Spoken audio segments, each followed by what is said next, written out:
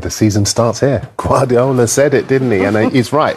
I think we've had the international breaks. We've had all of the, if you like, obstacles, the hurdles. But now suddenly it's consistency all the way through to next spring. And I think as far as Liverpool are concerned, now we'll get to see the real Liverpool. Now, I've got to predicate everything I'm saying by saying I still am of the opinion that this won't be a title-winning season for Liverpool. I think they've had too much trauma from the summer.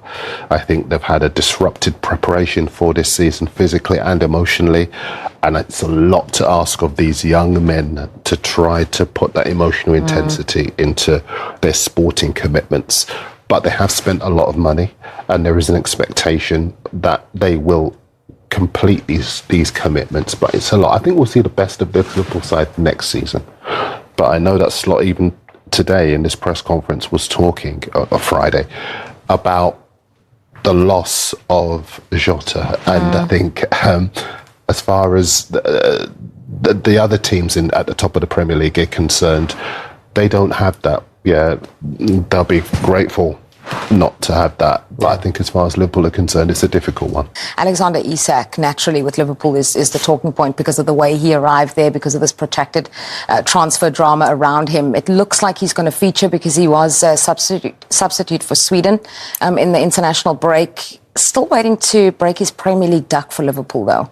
How much does that play on your mind? Yeah, it's playing on his mind because, of course, because, you know, you talk about the fee and, you know, you come in with such a massive reputation. But I think what people need to understand that is when you've not had a pre-season, it's difficult. It's so hard. A pre-season is so important. You know, the training, the conditioning, the games to prepare you for the season. And hopefully you start the season well. When you've missed that and you're not trained in a group, but you're training with a fitness coach, you just lose so much. You cannot replicate the game. You just can't. So he's going to need time. He's going to need time for sure. But of course, it's difficult because centre forwards you want to play, and when you're not playing and there's someone else playing ahead of you and they're scoring goals and the fans are singing their name, naturally, no one's going to like that. You know, even though, of course, you know, if you're winning football matches, it's about the team. But at the same time, he'd be desperate to score goals and show these Liverpool fans how good he is. There is some good news for them, though, in terms of players returning. And then they also, you know, have had some bad news because Florian Wirtz is out now and Conor Bradley. That raises questions about who plays at right back because Frimpong's not returned enough. It's been tricky for them. It's been a bit like that. But Alisson returning is a huge plus. Yeah, Alisson is a massive plus. Huge. But I think with Liverpool, you know, you spoke about the trauma. You know, it's difficult to understand what these players are going through. Yeah. Even when I played, I remember players that you were really close to that, you know, that left the club and joined another club. That was hard enough. So you can imagine what these players are going through. So of course it's going to be difficult. I don't think you can win the league at this stage of the season. But of course you can lose it now. Were you at West Ham when they lost Marc-Vivien Foé? I was in the youth team. Right. So, I've sort of like trained with him. And so you kind of understood the impact it has on a club? Of course, yeah, because you can never prepare yourself for anything like that. And as teammate, you just become a family. You're so close, you know, in football you're so close. And, you know, from the stuff that we've heard about this young man and how he was around the place, and so it's infectious, and how he was so loving, an unbelievable player. Brought so much to the dressing room, then all of a sudden he's just gone. You know, like I said before, it's hard to actually find words to describe what that would be like for these players. And we've seen Salah in certain games where he's emotional on the pitch. So it's tough. So, you know, are we surprised that, you know, this has happened? And not only that as well, the new signings, you know, that takes time. You know, these players that have come in, they're all top players, but these players need time. The only one really that you could say that's hit the ground running is probably Ekitike. He's been fantastic since. It's almost like he's been there for years. Yeah. Surely Liverpool, pound for pound, can just take people on punch for punch and just win more games. I don't understand why they're not. I like the way they were playing in the first few weeks. Listen, there's probably so many things. What are we going to just repeating ourselves? And we probably all said it at different times. Was Salah ever going to have the same season? Again, he was possibly going to have. Canate's fell off a cliff. You know, things like that make a big difference. McAllister's never quite been 100% fit. Sometimes he plays 3 games. So I think there's lots of little things. But you know what, for being totally honest, when you actually look at the games they've lost and the type of games they've lost, they can't handle the physicality of the Premier League this season. They can't. You know, when you think of teams that lack something, they normally let you down away from home against teams who have a physical game, if you like, and a physical nature. And they've gone missing so often in away games. They're fine at Anfield. I've seen it. I think the record, they only lost one, which is the Man United game.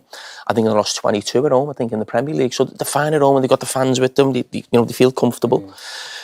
Homers. But Homer. So with the... they're just lacking a little bit of... I don't think... The simplest way of saying it, I think, is that Liverpool were sort of... Arne Slot wanted to move Liverpool. Oh, thank you. I think Slot, when you listen to Slot talk about Liverpool last season, even though they won the league, he always talks about every game sort of went to the wire. They only won by the odd goal. He almost wanted to have more football, more goals, more entertainment. He loved... When you hear him speak about Paris Saint-Germain last season, it's like, oh my God, that's the football I want. I want it. That's amazing. Even last week when he's played... Yeah. So when he played Man City last week, he's talking up Pep like he's his hero. Do you know what I mean? And he probably is, isn't he, for probably a lot of coaches. That's his football. And I think the Premier League, he's trying to push Liverpool even more this way. And I think the Premier League's actually probably gone back in terms of physicality. So his team's probably a little bit weaker. And, the Premier League's now everyone's just giant set pieces, long throws, and the team can't cope with it. How is he going to fix it, Jeremy? I'm not sure he can... I don't think this group of players is equipped to win the league this year, even with the points and how far behind. Liverpool don't have a lot of pace, really, when you think of the wide areas. Sarah's not a flying machine. Now, Gakpo's not really. But I just think maybe more physicality in the team, more pace, more power. They'll regret that decision as well at Gahey in the summer, won't they? Oh, it's a bad mistake. It's a bad one. That looks worse now the more you look at it. Yeah. How they didn't get all over the place as well. Yeah. I think it was... Liverpool are known as being like sort of really smart in the market. And I get that, and not paying over the odds and really, really good at selling. But this thing of like, he's only got a year to go. We've got you by the year, the town halls type of thing. On the last day of the window, you have to give us 35 million, and they pull out of it. And you just think, that could cost them... I think if Liverpool don't sign a centre-back... Right, let's speak live to someone who knows Liverpool inside out. That's James Pearce from The Athletic. James, thank you so much for joining us, mate. Let's get straight into it. What do you think has been the main reason for Liverpool's drop in form this season? Yeah, I think it's that defensive vulnerability that stands out more than anything else. You just look at the numbers. It's 17 goals conceded after 11 games compared to 6 conceded at the same time a year ago. They've been too easy to get at. I wouldn't just point the finger of blame just at the back line. I think, there's, in midfield, they've been too easy to play through. And at the top end of the pitch, they haven't pressed as well as they did last season as a unit. So, various mitigating circumstances for that, with, new players still adjusting to their surroundings, injuries which have contributed to key personnel not being at the same level as well. But that's the biggest thing that Slot has to change, especially think of set pieces, and when teams have gone direct against them, too often they've wilted. Yeah, you mentioned the new players there in their time to adapt. I mean, when they were signing those players, everyone was pretty much saying the league's wrapped up already for Liverpool. Do you think they almost got their summer business a bit wrong? Almost brought in too many of those straightaway starters. I don't think they got it wrong. I think one, it's too early, I think, to be making kind of sweeping judgments. We're only 11 games into the league season, and also a lot of the changes were enforced. When you think, Trent Alexander-Arnold on, to Real Madrid, Jarell Quansah, Harvey Elliott, players like this wanted to leave in search of more game time. I think everyone was in agreement it was the right time to kind of draw a line under Darwin Núñez's Liverpool career. Luis Diaz, wanted the kind of money that Liverpool just weren't prepared to offer him. So, at the time, everyone was saying that was a deal that made perfect sense given his age. So, I think, you have to say only so far the only summer signing who's really hit the ground running is Hugo Ekitike. But too many of the others, I think it's too soon to judge. Alexander Isak, the buzz around his signing, but he just hasn't been fit enough to contribute.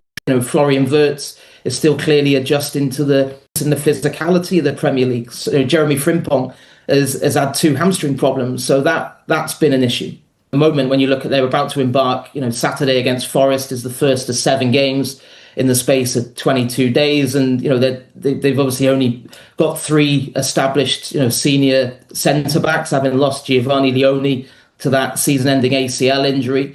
If anything was to happen to Virgil van Dijk or Ibrahima Konate, they would be in big trouble, because also Slot has been reluctant to turn to Joe Gomez so far this season. His only 2 starts have been in the Carabao Cup. So, I think it's something that they really do need to look at, because if they were to suffer another injury in that department, it could potentially, really wreck hopes of salvaging something from this season. Mark Gay is the one, obviously, that everyone's talking about, but I think it's going to be difficult to get him in January when, Palace obviously pulled the plug on deadline day, and the decision they made then was they were going to keep hold of him for the last year of his contract. And I do doubt whether Liverpool are going to be willing to pay the kind of money that would kind of test that resolve at Palace for someone who, of course, they can get for free next summer. And also, from the player's viewpoint, it's much more lucrative for Mark Gay to move as a free agent next summer rather than in January.